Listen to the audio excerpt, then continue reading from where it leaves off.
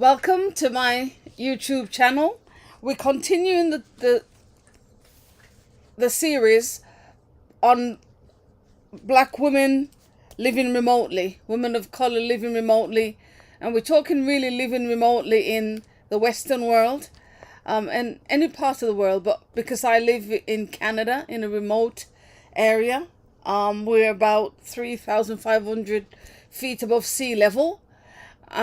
We have a post office within certain distance, but to access a town, it's 45 minutes to 1 hour drive, depending on whether you're in winter or summer. So we have a local farm shop that's open seasonally, but other than that, all the shopping and everything has to take place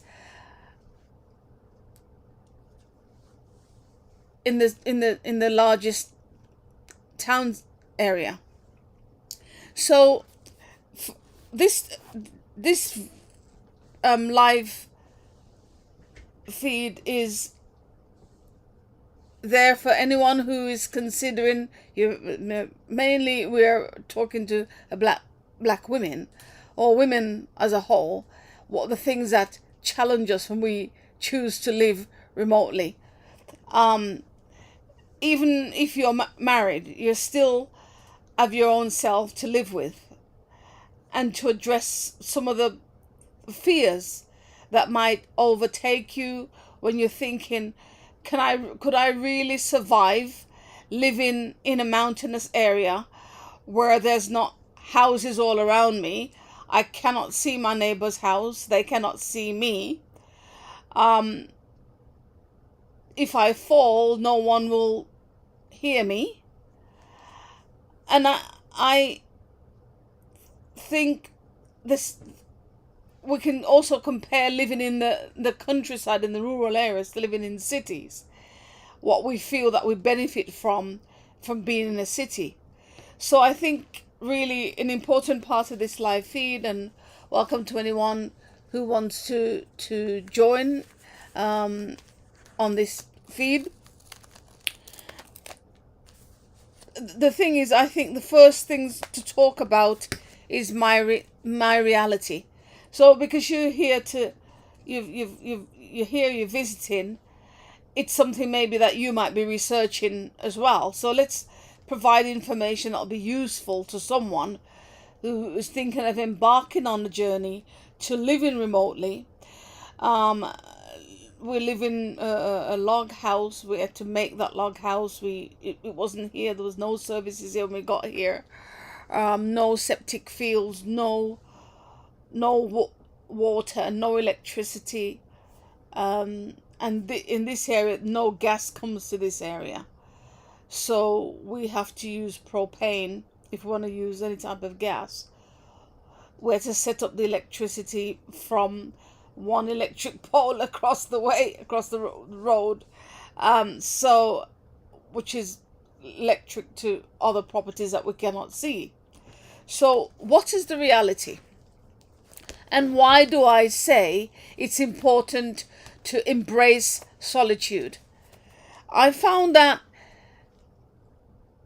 the state of mind is just as important as what you see physically around you. So in my experience, when I first came to this property 8 years ago, we've been there for 8 years, there was a neighbor across the way. We can't see their house from where we are. They can't see our house. But they would wave, and that was it. So if you're friendly and you want to be friendly, that's okay. And I'm not one to use race as a standard for anything. But sometimes when we come into these areas, we're a minority. Very much a minority. So there's a piece of you would be helpful if you acknowledge that solitude can not only mean the solitude around you, but solitude in terms of people who look like you. For some people, that's welcome. That's great. I want to be there out on my own. Um, and stand strongly in yourself.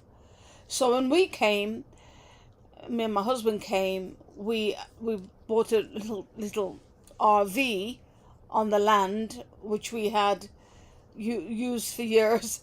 It's wasn't the best of shape, but we after we moved everything in the containers, the sea cans, we had the RV which we kept the minimal things in. So we talked to each other. That's the only companion we had. And when my husband wasn't around, the only companion I had, we have two cats, right? And then you begin to look at the wild animals. We had a moose that would come through the land.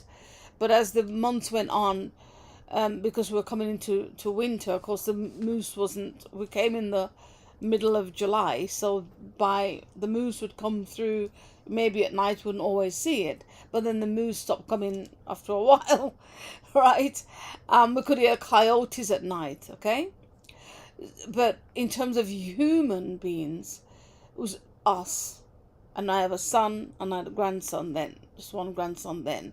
So that was it in terms of, and we'd drive to town, bring them back. We'd cook food together. They'd have a tent and be outside tenting. And in the morning we all meet up and have breakfast together. No services, so water we would bring in from town, and we'd use wash bowls and wash. So there was no interaction with anyone else apart from ourselves. So one of the big things for me was having a sense of self, not being frightened of my own company, not being intimidated because of what we may think, because sometimes people aren't speaking to us, people aren't saying anything to us, and there's not many people to say anything to. But then you can begin thinking, going off in different paths of thinking. So for me, it was like I got consumed with my life and what I want my life to be like. So I'm not so focused on what other people are thinking or what other people want. It's about getting a really strong sense of what you want. And the choice that you make is not an easy choice. And I remember making some new friends, and we were in town, and we were telling them we're going to live in the bush, like 20 acres of land on our own, and we're going to live in the trailer while we build a house, and there's no services on there, 20-acre plots, so we don't see neighbors for a while. We see one neighbor across the road, we can't see their house, we can see the gate that leads into their house. But that person said, you will not survive one winter. I suppose if you look at me, I'm a woman of color. The whole idea that if we go into a remote setting, a rural setting, we don't have any capacity to survive and to live. And we've moved totally out of our own comfort zone. Is an assumption that is made because no one actually knows where anyone else comes from unless they sit down and talk about it. So for me, I was born in the bush. I was born in the Caribbean. I was born in a tiny little village away from the town. I don't think I went to a proper big town or city till I was 10 years old, when I was leaving there to go and join my parents to live in Europe. So I didn't know any other life apart from chickens running around, going to school on the back of a donkey, going with my auntie to gather water from the small village supply and carrying the water back on her head, and me having a tiny little can on my head, pretending that I was carrying the whole lot of water for the whole family. So those assumptions about where someone comes from, because we all make those assumptions. So this person said to me, "You would never survive that." And they said to me, "And it's probably likely that you'd die the first winter. And so would you like to come and visit us?" There was a very much silence, as if, visit you? Take ourselves out of the city and drive miles away and visit you? And I think if you looked at that response itself, it tells you everything about the person speaking.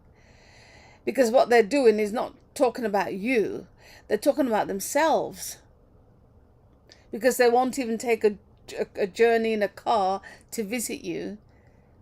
The you that they've decided would not survive a winter. How are you going to dry your clothes? How are you going to have a bath? How are you going to cook your food? So many how. We're not waiting for the answer, actually.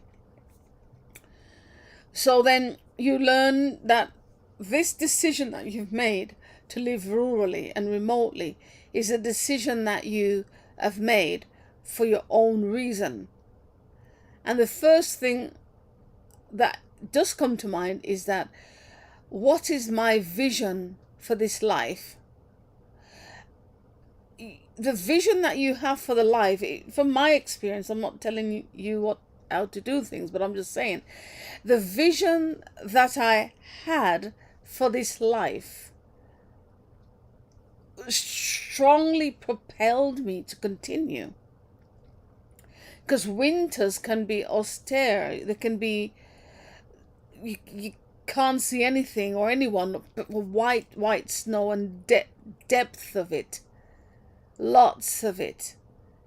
And I'm short, so when I walked in the snow, literally all my body would go down right to my hips, and I had to find my way through that and learn skills to keep above the top of the snow.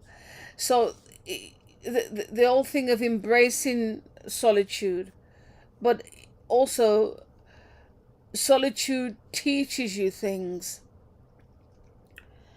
And being alone in your own company, enjoying your company. I want to just break that down a little. Is anyone here visiting who is a woman of color? You maybe live in a remote setting, far from anywhere else and other people. Or what does that feel like for you?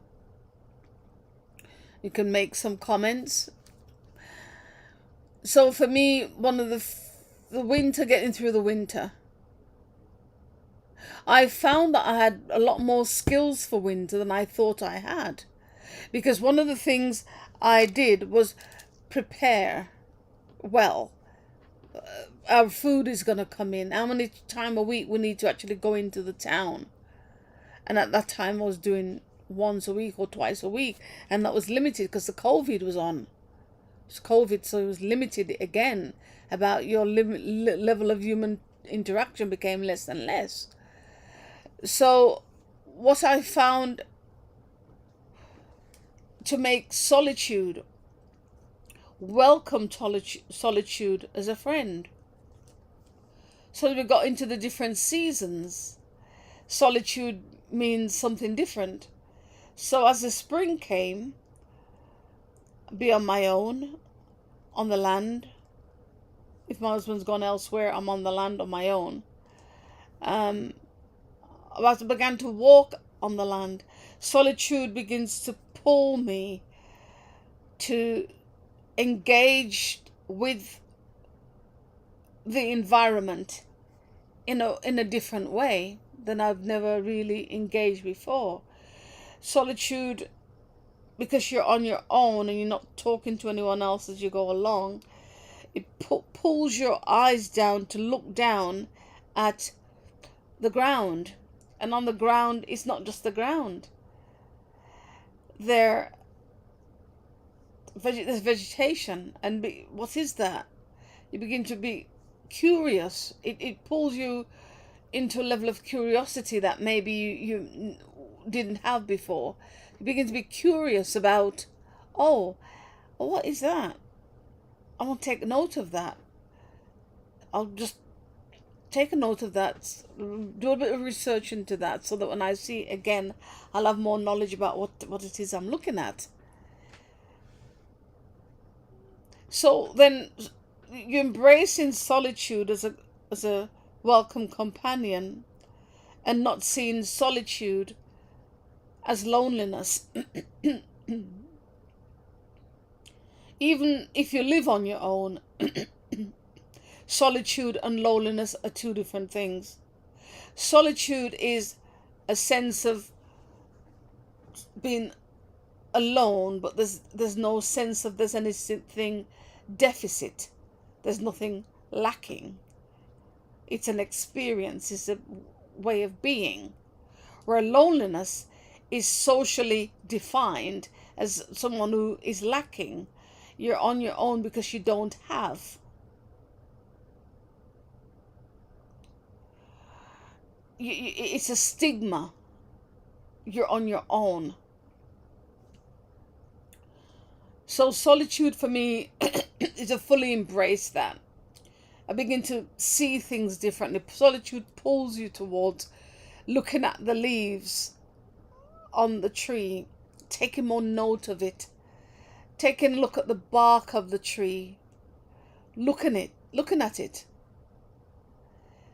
more closely, looking at the patterns of it. Then I begin to want to define, categorize what things and identify things. Oh, these are spruce trees. Oh, there's a marking on that. That's pine, but there's so many different pines, right? So I began to look closely at things and go up to the tree and touch the tree, looking at the pattern coming down the tree. Okay. And then going across the tree.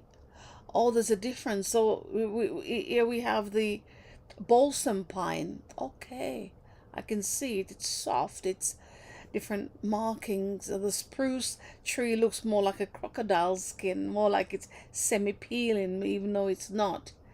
And the Douglas fir is a harder case, and it looks orangey when you cut that it's cut. It looks more of a deeper orange.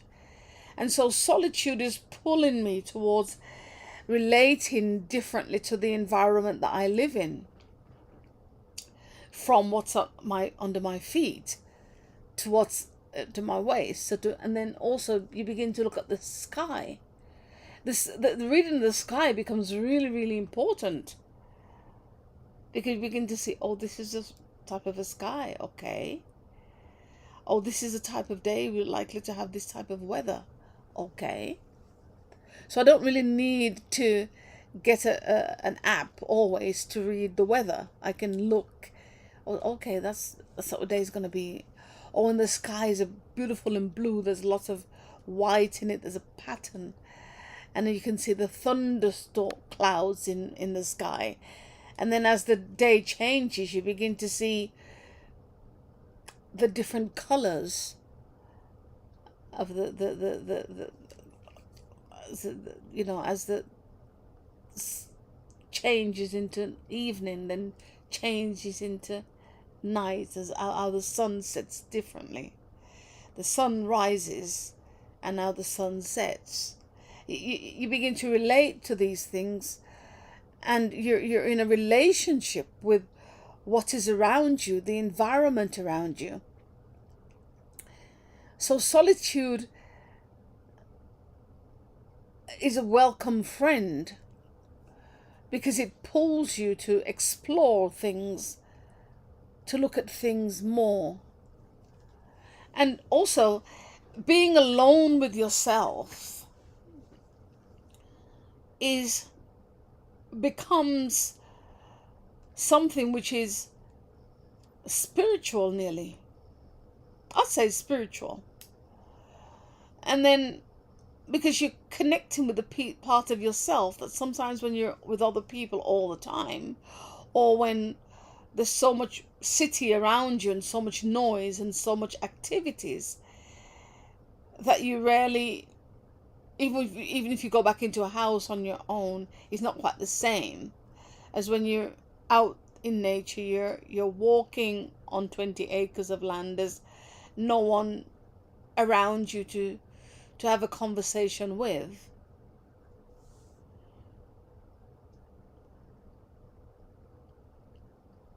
So it's drawing you into a peace.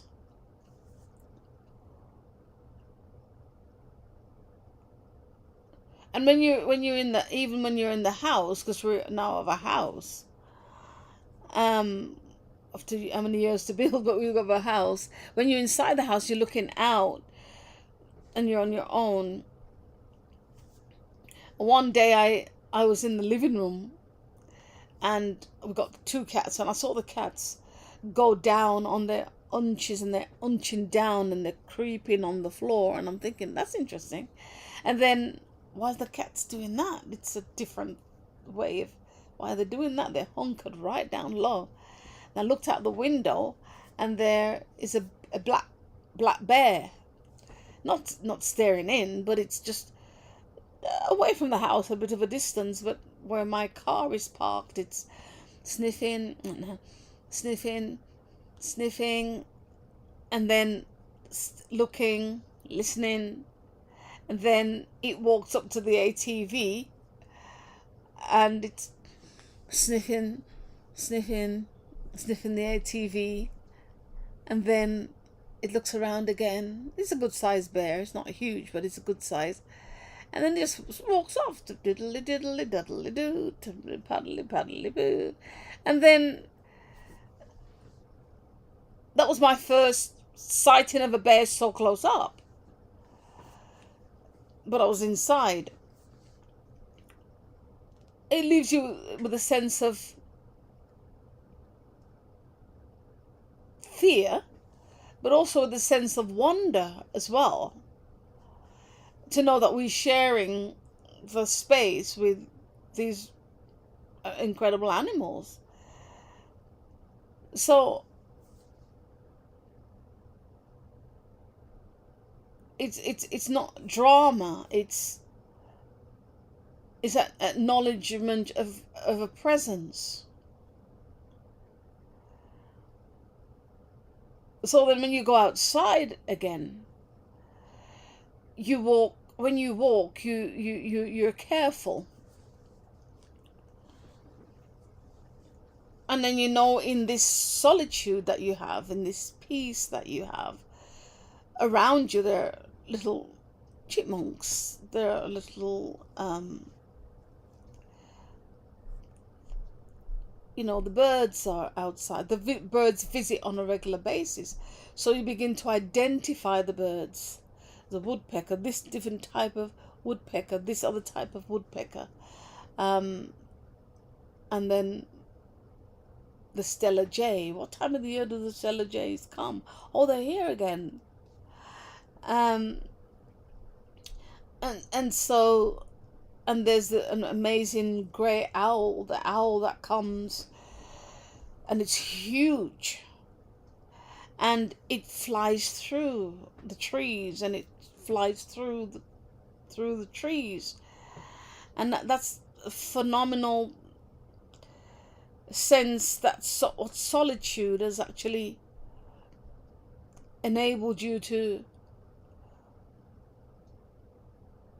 take the time to acknowledge and have an awareness. So even when I sit on the deck and I look out, maybe have a cup of tea or maybe have my lunch, and I sit out, and there's that peace, and there's that calm, and there's that quietness.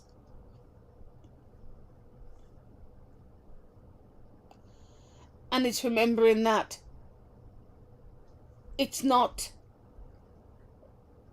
loneliness. It's not because I lack. Solitude is drawing me in to a space that is healthy. Another thing that solitude and being alone brought out for me is my love for reading.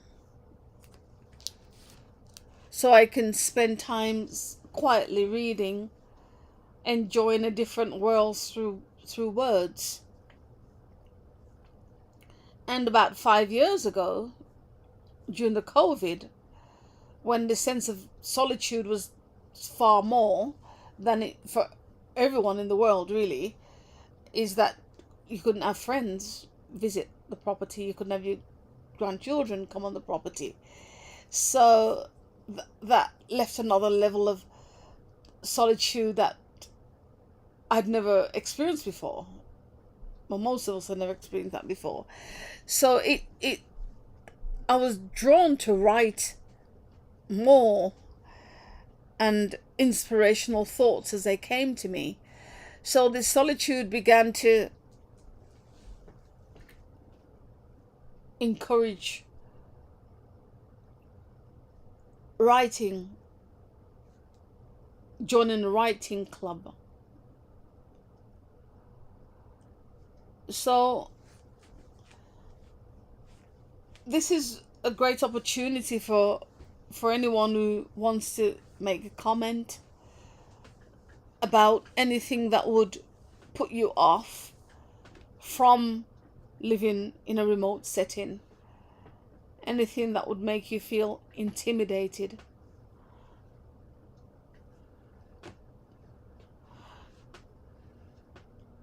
And what would make you shy away from living in a remote setting if you have a sense that it's loneliness.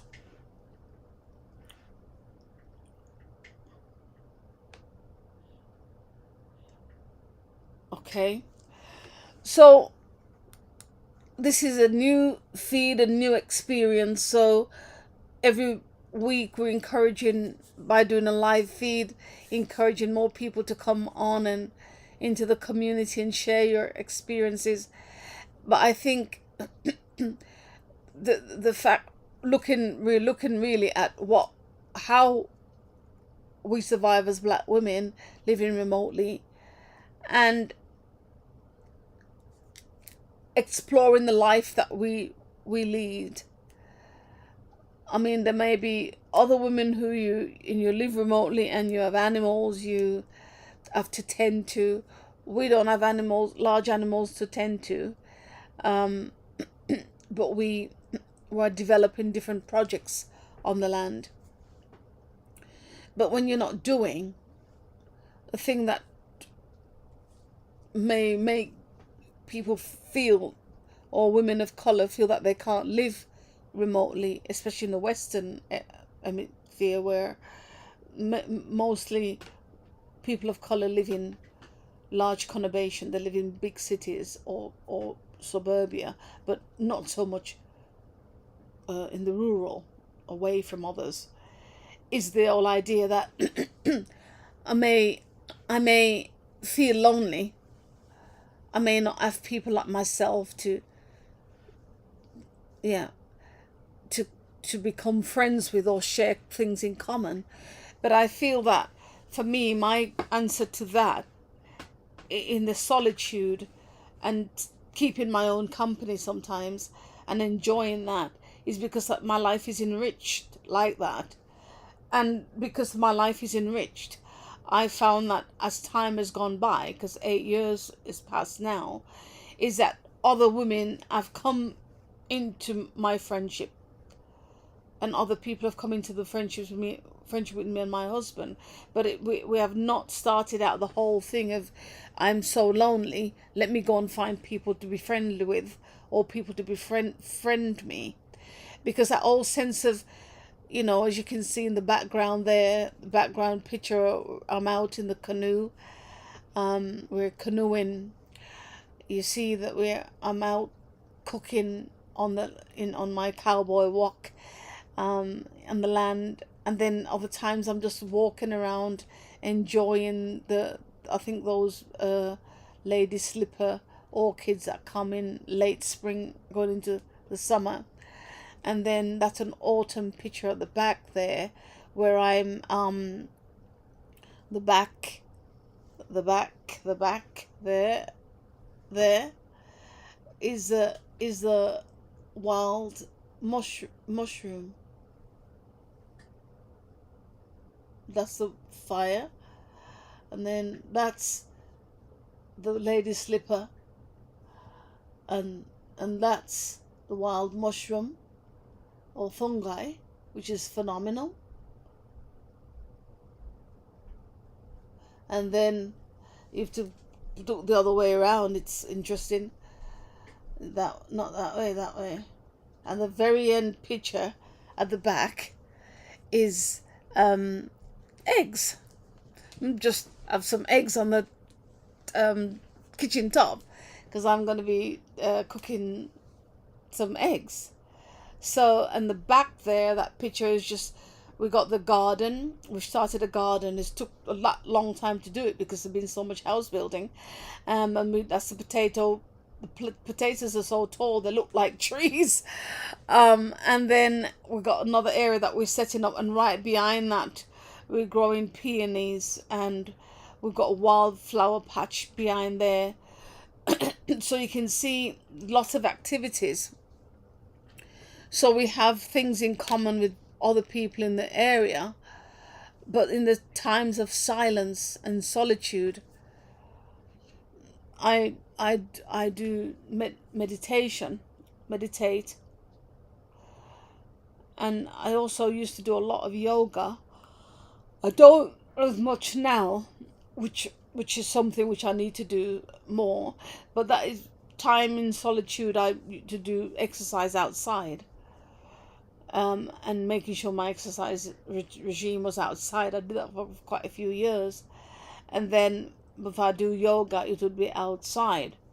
So that was another thing that I felt connecting outside by waking up every morning, say 5 days a week, and taking my weights and everything and going outside, doing my exercise outside rather than inside.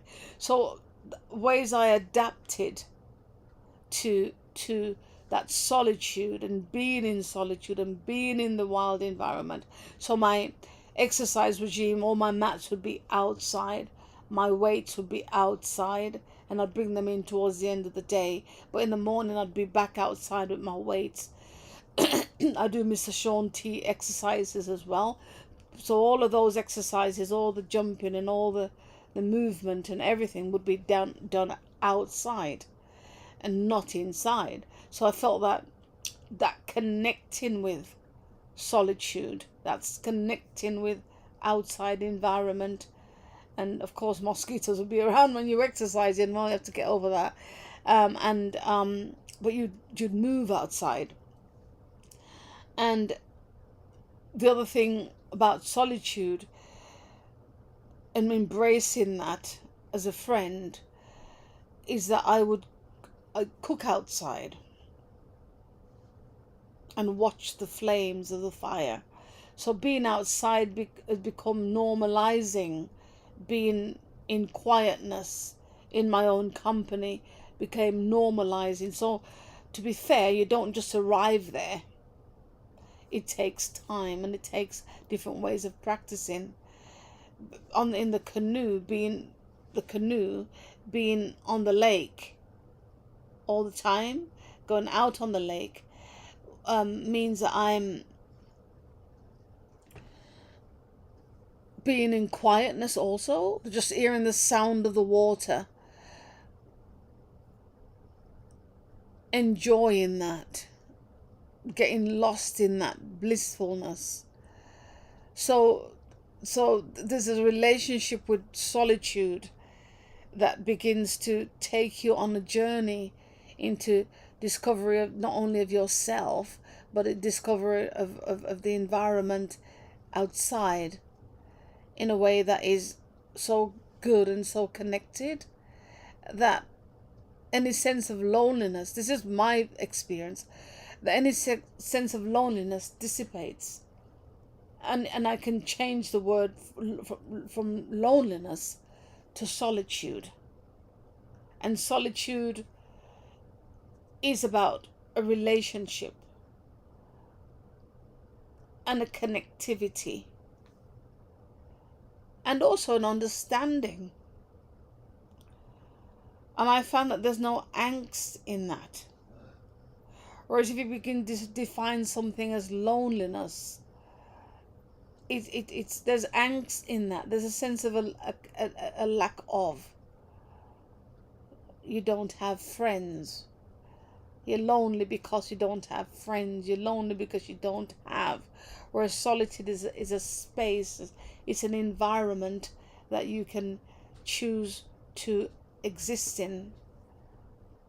And because you're exist in an environment, it lets you in and enable you to explore things that maybe that you've never had the possibility to explore before. And that's when I say embracing friendship of the friendship of solitude, because it gives you a peace.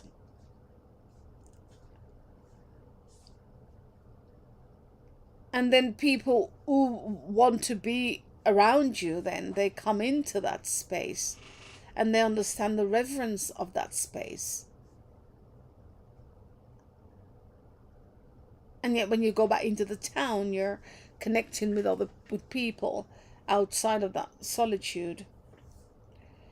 And you find sometimes, I find myself more able to stand back and observe, and even stand back from myself and observe myself, my actions, my attitude. I can stand back like a third person more, because I'm more connected with solitude than I ever, by living in this remote setting, than I ever was before. And I'm excited to go outside and explore and see what's going on. You know, I've got a burdock growing at the moment. I've watched it from the very, very lowest. There's fungi around. I'm excited about that. And I've been watching the coppices of silver birch. Is it silver birch? Is it black birch? The formation of the leaves, the bark. What's going on? So you get curious about things that maybe you weren't curious about before. So if there's anything else that anyone wants to discuss or want to share about the solitude, please comment. And we may come back to this topic again another day. So this is Virtuous Mountain Woman. Thank you for coming. The few people that's come, I think not many has come today, but it's always here, the live feed. You can always go back and watch it and make your comments as time goes by. And have yourself a wonderful day, or evening, or whatever time it is wherever you are. And thank you for coming. And this is time to go, and hopefully this is of value to someone in making your choice to begin to live remotely or accept the remoteness of a new life change that you've just come into. And thank you for watching. See you next time.